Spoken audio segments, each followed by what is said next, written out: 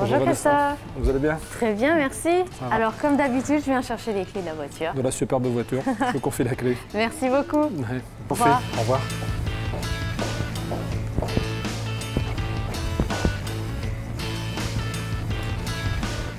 Bonjour à tous, bienvenue dans Asphalte, merci de votre fidélité. Aujourd'hui une émission spéciale consacrée à la 16e édition du rallye historique de Monte-Carlo. Nous avons suivi pendant toute l'épreuve un équipage particulier puisqu'il s'agit de Daniel Elena et son fidèle copilote Olivier Campana. Vous allez tout savoir des coulisses de l'épreuve aux péripéties de l'équipage. Mais commençons comme d'habitude avec le traditionnel essai de voiture. Aujourd'hui, je vous propose l'impressionnante Audi R8 V10 qui sera au cœur des discussions entre Nicolas et moi-même. Tiens, Nicolas qui doit certainement nous attendre, on va aller le chercher.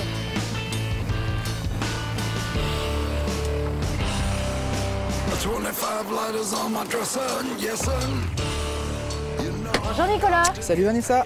Ça fait plaisir de vous retrouver. Ben moi aussi, ça me fait plaisir, surtout quand je vois le jouet que vous venez de m'amener. Ouais, alors là, vous êtes remis des émotions de la dernière fois, mais alors cette fois-ci, ça va donner. Hein. R8 V10 Spider, carrément quoi. Eh ouais. Une ligne sobre, en même temps, elle dégage de la puissance même à l'arrêt. Je peux vous dire que c'est un beau joujou qu'on vous a préparé là. Elle est super belle, elle est hyper large là, elle est aussi longue que large en direct. Elle est très impressionnante. Ouais. Bon, maintenant, reste à voir ce qu'elle vaut sur les routes. Ben, on va aller l'essayer tout de suite. Hein. C'est à vous de jouer. Je vais prendre mon temps, donc plus tard. À tout à l'heure.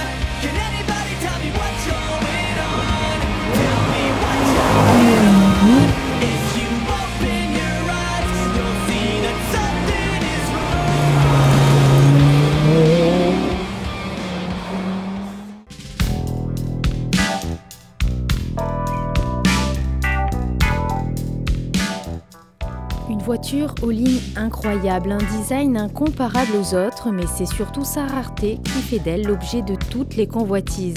L'Audi R8 V10 attire tous les regards et fait frémir les plus grandes firmes du marché haut de gamme, telles que Porsche, Ferrari ou même Lamborghini.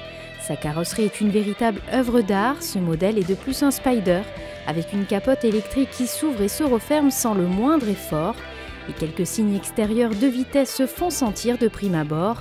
Le pare-brise peu incliné confère une excellente visibilité au pilote. L'aileron se soulève à partir de 100 km/h. Les prises d'air latérales sont vraiment proéminentes. La double sortie d'échappement met tout de suite en condition. Et sa largeur imposante d'1,90 m nous fait comprendre rapidement que cette GT est bien à part. À l'intérieur, il se dégage une impression de sérieux typique de la marque allemande. Les commandes sont radicalement tournées vers le poste de conduite avec une architecture asymétrique. L'Audi R8 allie sportivité et sobriété à la fois.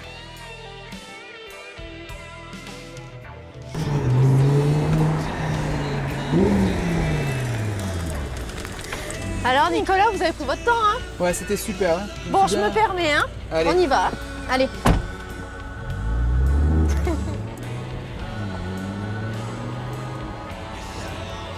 Bon Nicolas, vous avez pu prendre en main cette R8, hein. Bon, c'est plutôt facile pour vous. Un moteur incroyable, un V10 qui développe 525 chevaux. Alors il est quand même difficile de prendre la mesure d'une telle puissance sur route ouverte, évidemment, on reste prudent. Mais quelles sont vos premières sensations? Est-ce qu'elle tient ses promesses? Ouais, c'est vraiment une voiture très sportive, exclusive. Le moteur est assez impressionnant, à 525 chevaux. Sur route, c'est clair que c'est pas évident à exploiter, d'autant plus que c'est pas un moteur turbo, c'est un moteur Atmo. Et du coup, elle monte très haut dans les tours et son domaine de prédilection, bah oui, c'est l'autoroute, les grands espaces. Et sur route, c'est clair que la puissance est assez impressionnante. C'est clair qu'une fois qu'on est en ligne, ça dépote. Le moteur prend les tours à en plus finir. Il prend les tours de suite ou... Bon, voilà, il est un petit peu creux, il faut être dans les tours. C'est une voiture qui se conduit où il faut être dans les tours. On a envie d'avoir des bonnes lignes droites pour l'exploiter, quoi. Dès qu'il y a des virages qui arrivent, on est un petit peu sur la défensive. Mais non, vraiment, c'est le point fort de cette voiture. Le moteur est juste bluffant. Il faut l'amener sur circuit. La prochaine fois, on y va, non? Hein? Allez, volontiers. On va louer un petit circuit et on va se faire plaisir. On se fait ça. Il est clair que ce V10 atmosphérique essence de 5 litres d'eau réclame plutôt les circuits. Ce moteur est de plus placé en position centrale arrière, une première dans l'histoire d'Audi. L'Audi R8 V10 passe de 0 à 100 km/h en moins de 4 secondes, 3 secondes 8 précisément, dans une sonorité rock indescriptible. Le moteur est compact et léger et ne consomme que 9 litres au 100 sur l'autoroute, mais ce chiffre s'élève à plus de 20 litres à forte cadence. Ces performances s'expliquent en partie par l'adoption de l'injection directe FSI. Cette technologie développée par Audi offre, selon le constructeur, sensiblement plus de dynamisme, une hausse de couple et de puissance, et donc une baisse de consommation. Malgré notre jeune âge, on est à peu près de la même génération, est-ce que vous ne trouvez pas que les voitures anciennes, finalement, c'est toujours notre référence, même si on n'a pas connu ces voitures-là? On se dit toujours, bon, ben, quand il passe une Alpine, une Stratos, on est toujours quand même ébahi sous cette belle mécanique. Est-ce que vous pensez comme moi, j'imagine? Ouais, ça me fait pareil. Même si c'est pas notre génération, malgré tout, quand on était petit, on regardait la télé et on voyait ces voitures. Il y avait le Monte Carlo en direct, il y avait ce type de voiture et passionné, étant passionné de voiture, tous les deux on est comme des enfants, quoi. Eh bien en parlant de cela, on va tout de suite partir dans les coulisses du rallye Monte Carlo historique qui avait lieu fin janvier où pas moins de 300 concurrents se côtoyaient. Regardez. À peine le WRC terminé, le rallye Monte Carlo historique se prépare. L'Automobile Club de Monaco ne chôme pas en cette période. Quelques 300 concurrents sont attendus lors de cette épreuve. Une organisation sans faille grâce à un grand nombre de bénévoles mobilisés durant la course. Mais d'année en année, la mobilisation justement devient de plus en plus difficile. C'est très difficile de trouver beaucoup de bénévoles, sachant qu'on a le WRC qui part une quinzaine de jours avant, qui nécessite aussi pratiquement une semaine de congé. Et ça devient très difficile de trouver des bénévoles qui puissent s'absenter aussi longtemps, sachant qu'on a quand même 3 rallyes et un Grand Prix, et une année sur 2 un Grand Prix historique. Il y a un petit peu plus de personnes pour le WRC, mais le problème de l'historique, c'est 300 voitures, donc il faut rester déjà 6-7 heures en place, plus l'installation du poste, plus le démontage du poste. À l'issue des spéciales, des zones de régularité, il faut donc aller sur les épreuves suivantes. Donc des fois, il faut changer de département, il faut rouler. Donc c'est fatigant. L'opération est colossale chaque année. L'ACM dispose d'un parc auto de 80 véhicules. 50 personnes sont présentes au PC Course entre Monaco et Valence. Et 130 commissaires de route permettent de donner le départ aux voitures de course ou bien de faire pointer les concurrents aux différents contrôles horaires. Ils sont souvent dans le froid ou sous la pluie, mais la passion prend toujours le dessus. On est tous passionnés, on aime ça permet de voir des super voitures qu'on n'a plus l'habitude de voir tous les jours. Donc voilà, vraiment c'est super et on est heureux de faire ça. On a vécu un grand moment, c'était super sympa, on voit des belles voitures, des gens super sympas, de toute nationalité aussi. L'an dernier on a eu des Russes aussi, alors pour se comprendre c'est pas toujours évident, mais voilà, on parle avec les mains, on a le bout de papier pour faire un dessin. Vous l'aurez compris, sans les bénévoles, difficile d'imaginer un rallye Monte-Carlo historique. Cette 16e édition aura permis à certains de vivre sa passion en approchant des véhicules de collection souvent très rares.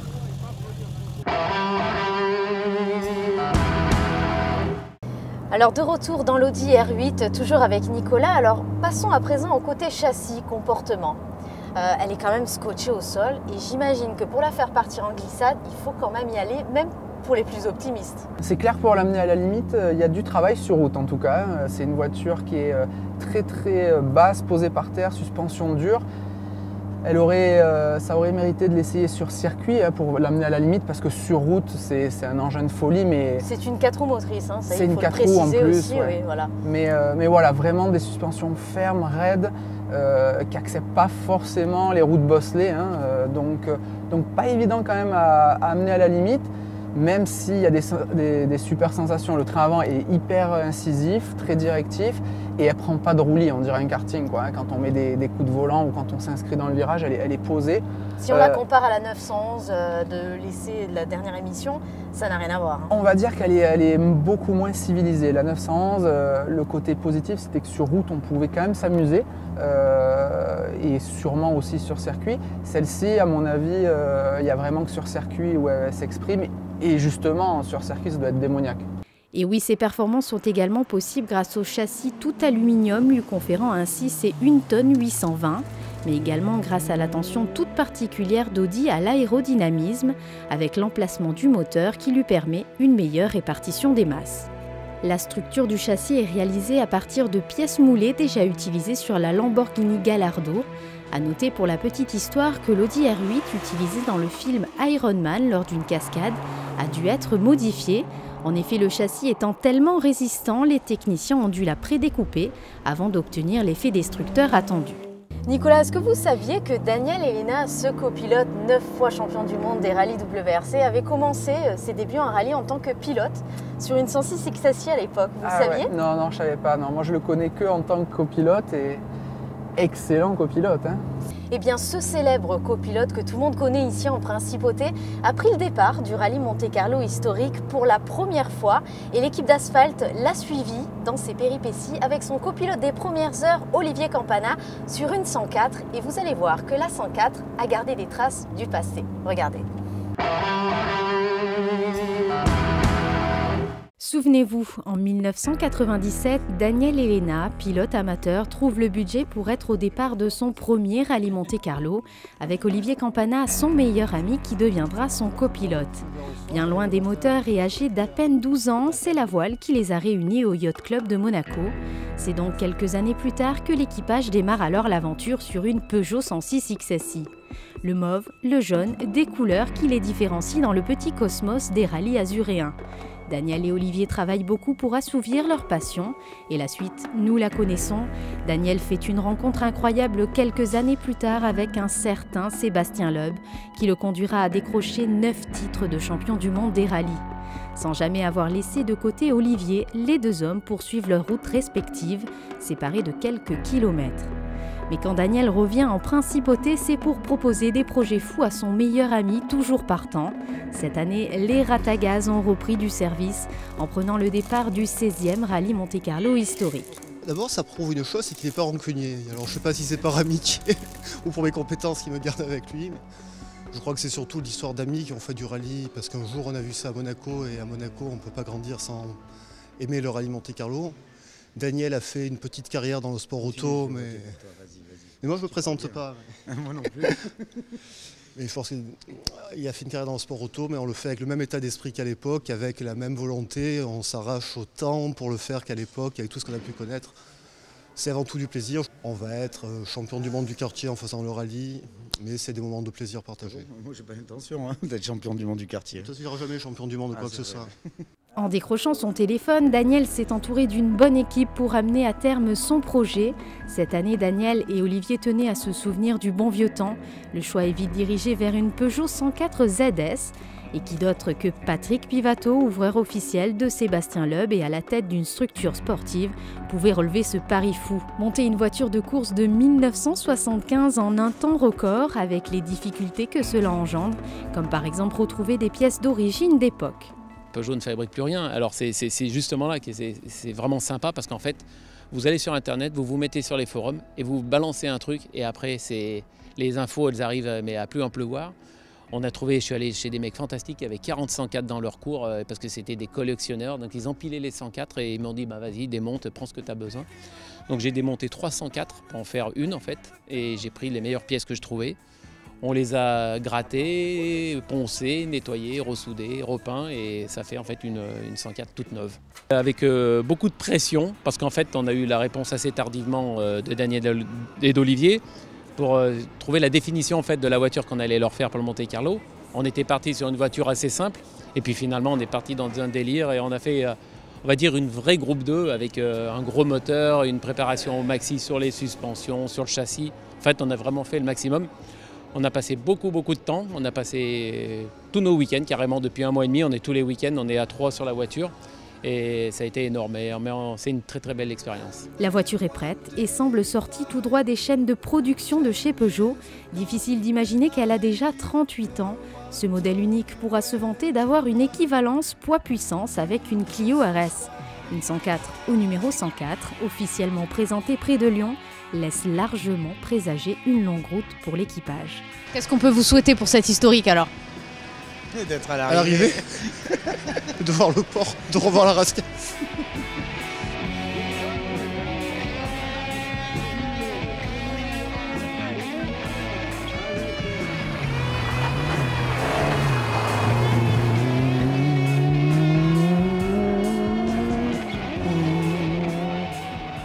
Patrick Magot, également ouvreur officiel de Daniel en WRC, les a rejoints pour donner un coup de main en assistance rapide. La petite équipe de passionnés n'a plus qu'un but, finir ce rallye dans les 100 premiers. Et c'est après une longue et dure concentration que nous retrouvons les deux amis. En pilote, il est pas mal du tout, mais lui dites pas. D'abord, il n'entend pas. On a eu 120-150 km de neige où il a fallu rouler relativement vite, des spéciales du rallye Monte Carlo, donc il connaît assez bien. Et pour être à l'heure au contrôle horaire, il a fallu faire preuve de bon talent. On ne s'est pas trop égaré. On s'est bien amusé, on a un petit peu les yeux pochés, je pense qu'on doit avoir une tête de sortie de boîte de nuit. Mais on s'est arrêté chacun notre tour pour aider les autres, tout va bien, l'équipe tourne bien et l'esprit est là. Génial. Peut-être un peu moins de neige cet après-midi, mais là on repart pour une petite boucle de 5 heures avant de dormir. Ça va Daniel ? Ça va, nickel. Ouais, Comment ça se passe au volant ? Pour l'instant on est là, maintenant on va voir, on va attaquer les choses sérieuses cet après-midi. Mais... Tu te rappelles de bons souvenirs ? Ouais, mais c'est long. Hein. Seulement voilà, après avoir parcouru quelques centaines de kilomètres, la 104 montre des signes de fatigue. Elle refuse de démarrer, les deux Patrick sont sous tension. L'équipe pense alors à un problème de batterie vite écarté. Et il aura fallu quelques minutes interminables pour enfin trouver la panne. Il s'agit du démarreur, rien de grave, il sera changé à la prochaine assistance.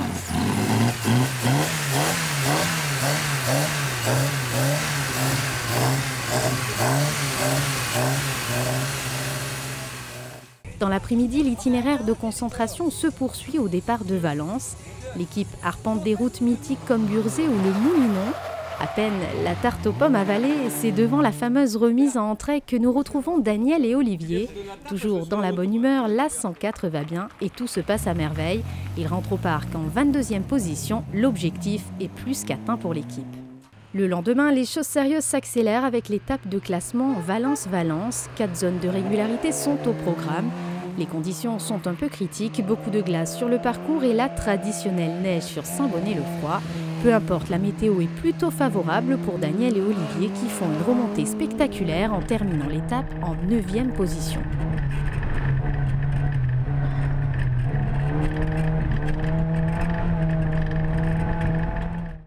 Je vais demander aux caméras de venir. Venez.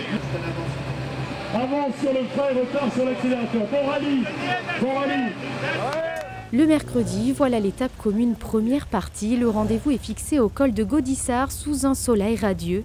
Une visite surprise attend les concurrents. Le prince Albert II a fait le déplacement pour encourager les équipages. Daniel et Olivier échangeront quelques mots avant de s'élancer pour la journée. Avant de rentrer sur Valence, l'équipage se rend à l'assistance pour faire une petite pause bien méritée. Rien à signaler, la 104 va bien. Une belle satisfaction pour Patrick Pivato. L'équipage garde la 9e position au général. Jeudi, direction Gap pour ensuite regagner Monaco pour la 2e partie de l'étape commune. Olivier est frappé d'une forte grippe et malgré cela, l'équipage reste dans le top 10. Un résultat incroyable que les deux amis ne réalisent pas vraiment. Pour l'instant, on est heureux d'être à Monaco. On est dans les 10 premiers avant la dernière nuit. T'espérais faire des temps comme ça? Non, parce qu'Olivier pensait jouer dans les 100 premiers. Donc c'est mieux que prévu et on va essayer de continuer ce soir. La voiture, elle va bien? La voiture va bien pour le moment. Elle n'a pas une rayure. C'est pas inespéré parce qu'on avait mis tous les éléments de notre côté pour faire le mieux possible. Mais c'est surprenant, je pense que pour des débutants, on s'en sort pas trop mal.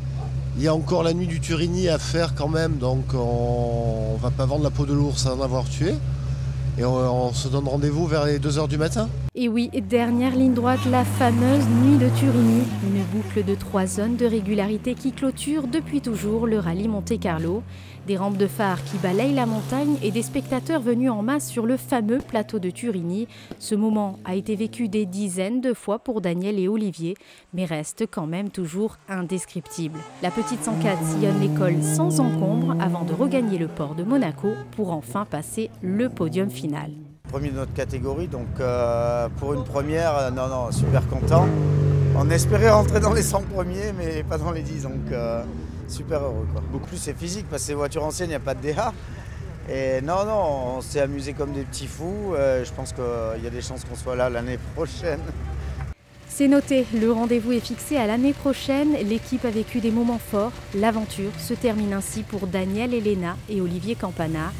Classé 7e au général, 7, un chiffre qui semble suivre notre champion du monde, car voilà 7 fois qu'il a déjà gagné le rallye Monte-Carlo en WRC, aux côtés de Sébastien Loeb. Toujours à bord de l'Audi R8 avec Nicolas. Alors malheureusement, notre essai est presque terminé et comme d'habitude, je vais vous demander un bref bilan en fait de la voiture, de cet essai, le plus, le moins. On va commencer par les plus. Bon, moteur impressionnant, tenue de route impressionnant, freinage impressionnant. Voilà, c'est une vraie voiture pour aller vite, 2 circuits. Donc voilà, on va parler des moins. Elle est exclusive, c'est vraiment une voiture pour aller vite, pour se faire plaisir, qui a besoin d'espace, qui n'aime pas les routes bosselées, qui est très basse. Difficile de rouler en ville finalement, d'aller faire ses courses, ça me paraît un peu difficile. Ouais, il n'y a pas trop de place au niveau du coffre, hein, mais voilà, on va dire que les points positifs sont un petit peu les points négatifs. Elle est juste exclusive, c'est une vraie voiture pour se faire plaisir, pour aller sur circuit en fait, pour se faire, enfin voilà. Après elle est un petit peu tape à l'œil, hein, mais bon, ça on va le mettre dans le côté positif. Bon, en tout cas Nicolas, c'était un réel plaisir comme d'habitude, j'espère qu'on se retrouve le mois prochain. J'espère aussi, qu'est-ce que vous allez me prévoir? Ah ça, c'est une surprise. Bon. Vous verrez. Allez, à bientôt. À bientôt. L'Audi R8 V10, c'est certainement une des GT les plus désirables du moment. Peu de défauts, une mécanique d'exception offrant des performances hors normes et un physique vraiment racé de supercar. Cette émission touche à sa fin, on se retrouve évidemment le mois prochain avec un nouvel essai, de nombreux reportages. Et si vous voulez rester informé de toute l'actualité automobile, une seule chose à faire, un seul réflexe, restez fidèle à Asphalt. À très vite.